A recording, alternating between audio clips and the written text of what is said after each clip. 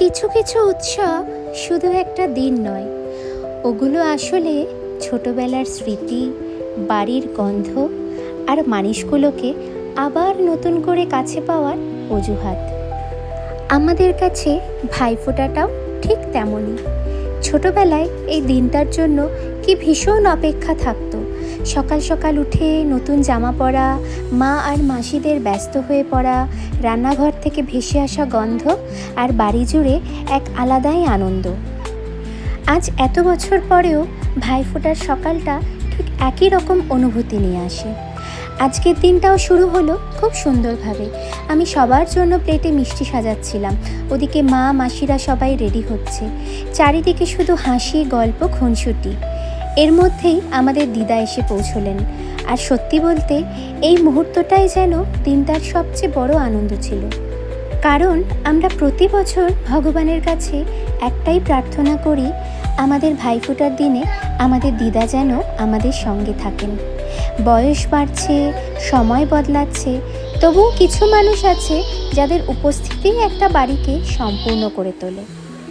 আর এই বছরটা আরও বেশি স্পেশাল, কারণ গত 3 বছর আমি ভাইফোঁটা দিতে পারিনি। আমেদাবাদে থাকার জন্য এই দিনগুলো শুধু ফোনের স্ক্রিনেই সীমাবদ্ধ ছিল।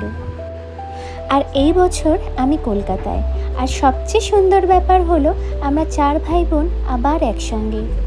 হয়তো তাই এবারের ভাইফোঁটাটা এত বেশি স্পেশাল ছিল। আমরা একে একে ভাইফোঁটা দিলাম। ছোটবেলার মতোই হাসাহাসি চলল। কে আগে ফোঁটা নেবে, কে বেশি মিষ্টি খাবে, এসব নিয়েই মজা।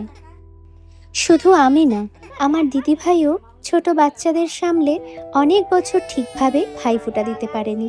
তাই এই বছর আবার নিজের হাতে দাদা ও ভাইকে ফোঁটা দিতে পেরে ওর আনন্দটাও ছিল আলাদা।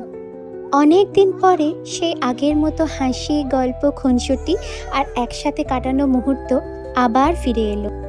আর এবছর ভাইফোঁটায় আরও একটা বিশেষ মুহূর্ত যোগ হয়েছে। মা হওয়ার পর আমার ছেলেও জীবনের প্রথম ফোঁটা পেল তার দিদির কাছ থেকে।